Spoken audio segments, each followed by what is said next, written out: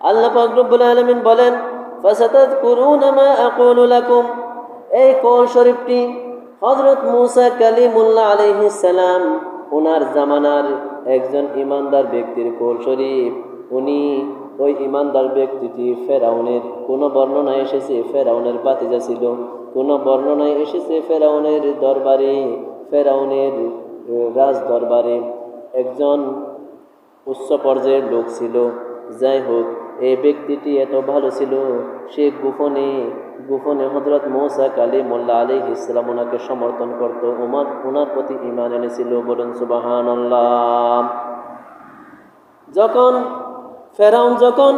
মূসা কালিমুল্লাহ আলাইহিস সালাম ওনাকে শহীদ করার জন্য তার সৈন্যদের সাথে যখন আলোচনা করছিল, তখন এই গোপনে ঈমান আনা ব্যক্তি সে বলেছিল যে মূসা আলাইহিস সালাম যিনি এক অদৃশ্য আল্লাহর সুসংবাদ দিচ্ছেন, এই অপরাধী কি একজন মানুষকে হত্যা করা যায়? তিনি বলতেছেন উনি তো এক আল্লাহর দাওয়াত দিচ্ছেন, এক অদৃশ্য যিনি সমস্ত সৃষ্টি জগতের মালিক, এক আল্লাহর উনি দাওয়াত দিচ্ছেন, শুধু এই একটি অপরাধী কি একজন ব্যক্তিকে শহীদ করা যায়? তখন সবাই এই ইমানদার ব্যক্তিকে বলতে লাগলো যে তুমিও কি শেষ পর্যন্ত ওনার পক্ষে কথা বলতেছ? তারা ওনার কথা মানল না। তারা হযরত মূসা কালিমুল্লাহ আলাইহিস সালাম ওনার সাথে তারা বিদ্বেষে লিপ্ত হলো। বলুন নাউযুবিল্লাহ।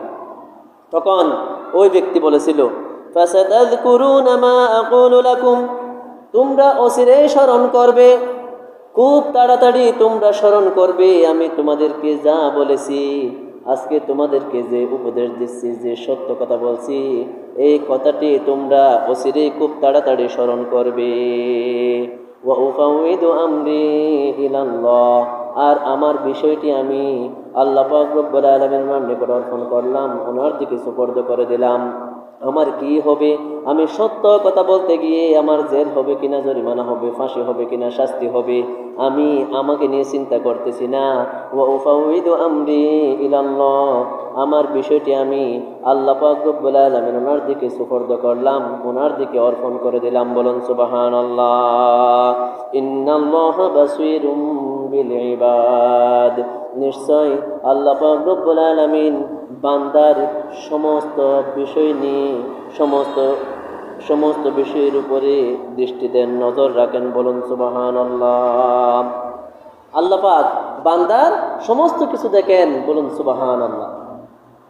ওই ব্যক্তি বোঝাতে চাইল যে আমি তোমাদেরকে এই মূসা কালিমুল্লাহ আলাইহিস সালাম উনি যে রবের দাওয়াত দিচ্ছেন, এই রবের দাওয়াত সম্পর্কে তোমরা অচিরেই বুঝতে পারবে। আমি তোমাদেরকে যে কথাগুলো বলছি এগুলো তোমরা অচিরেই স্মরণ করবে, এবং আমার কি হবে সেটা নিয়ে আমি চিন্তা করতেছি না।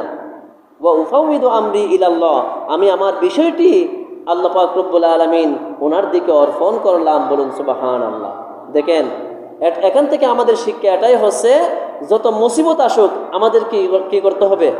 আমাদেরকে আল্লাহ পাক রব্বুল আলামিন ওনার উপর ভরসা করতে হবে, তাওয়াক্কুল করতে হবে। আজকে তাওয়াক্কুলে ভরসা আমাদের উঠে গেছে, যার কারণে আমরা মুসিবতের সময় আল্লাহ পাক রব্বুল আলামিন ওনার খাস যে রহমত, সেই রহমত থেকে আমরা বঞ্চিত হই। বলুন নাউযুবিল্লাহ। প্রিয় হাজিরিন, হযরত মূসা কালিমুল্লাহ আলাইহিস সালাম উনি যখন এগুলা কোরআন শরীফে এসেছে বিস্তারিত, অনেক লম্বা আলোচনা, আমি সংক্ষেপে বলতেছি। হযরত মূসা কালিমুল্লাহ আলাইহিস সালাম এই আয়াত শরীফটি আল্লাহ পাক রব্বুল আলামিন নাজিল করেছেন ওই ঘটনাগুলা আমাদেরকে জানিয়ে দেওয়ার জন্য। ওই ইমানদার ব্যক্তি তাকে দেখেন আল্লাহ পাক রব্বুল আলামিন ওনার উপর যখন সে তাওয়াক্কুল করেছে, ভরসা করেছে, তাকে ফেরাউনের মধ্যে যখন নীল নদের মধ্যে যখন ফেরাউনের দলবল সহ ফেরাউনকে আল্লাহ পাক ধ্বংস করে দিয়েছিলেন, ডুবিয়ে মেরেছিলেন, সেই কঠিন ভয়াবহ এই আযাব গজব থেকে আল্লাহ পাক ওই ব্যক্তিকে হেফাজত করেছিলেন। বলুন সুবহানাল্লাহ। ওই ব্যক্তিকেও আল্লাহ পাক সেখান থেকে হেফাজত করেছিলেন। যখন ফেরাউনের দলবল যখন হযরত মূসা কালিমুল্লাহ আলাইহিস সালাম ওনার মুখোমুখি হয়ে গেল, সামনের দিকে নীল নদ এবং পিছনে ফেরাউনের দলবল সৈন্য সাথীরা। তখন মুসা কালিমুল্লাহ আলাইহিস সালাম ওনার সাথীগণ বলতে লাগলো যে তারা তো আমাদের পিছনে চলে এসেছে, এখন আমাদের কি হবে? তখন হযরত মুসা কালিমুল্লাহ আলাইহিস সালাম বলেছিলেন, ক্বালা কাল্লা, না, এটা কখনোই হতে পারে না। ইন্না মাইয়া রব্বি সায়াহদিন, নিশ্চয় আমার রব আল্লাহ পাক রব্বুল আলামিন তিনি আমাদেরকে সুপথ দান করবেন। বলুন সুবহানাল্লাহ।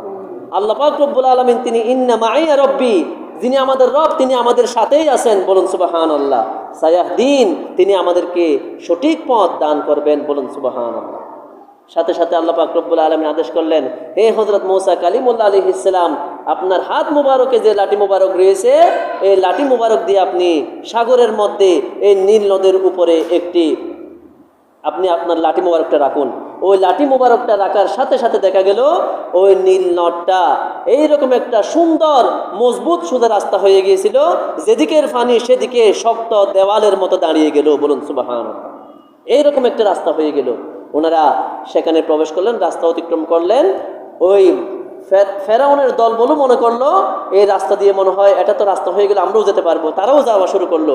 যখন মুসা কালিমুল্লাহ আলাইহিস সালাম সহ এই ইমানদার ব্যক্তিটিও যখন পার হয়ে গেল, মাঝখানে যাওয়ার পরে ওই ফেরাউন সহ তাদের দল বলকে আল্লাহ পাক রব্বুল আলামিন সাগরের পানিতে ডুবিয়ে মেরে ফেললেন। বলুন নাউযুবিল্লাহ। প্রিয় হাজিরিন, এভাবেই আল্লাহ পাক রব্বুল আলামিন যুগে যুগে যারা হকের বিরোধিতা করেছে তাদেরকে আল্লাহ পাক রব্বুল আলামিন শাস্তি দিয়েছেন। সেই আল্লাহ পাক রব্বুল আলামিন এখনো আছেন না নাই? এখনো আছেন। এখনো যারা সৎ পথে থাকবে, আল্লাহ পাক রব্বুল আলামিন ওনার উপর তাওয়াক্কুল করবে, ভরসা করবে, আল্লাহ পাক রব্বুল আলামিন তাকে সমস্ত বিপদ আপদ থেকে হেফাজত করবেন। বলুন সুবহানাল্লাহ। কাজে আমাদেরকে সদা সর্বদা সৎ পথের উপরে দায়েম কায়েম থাকতে হবে।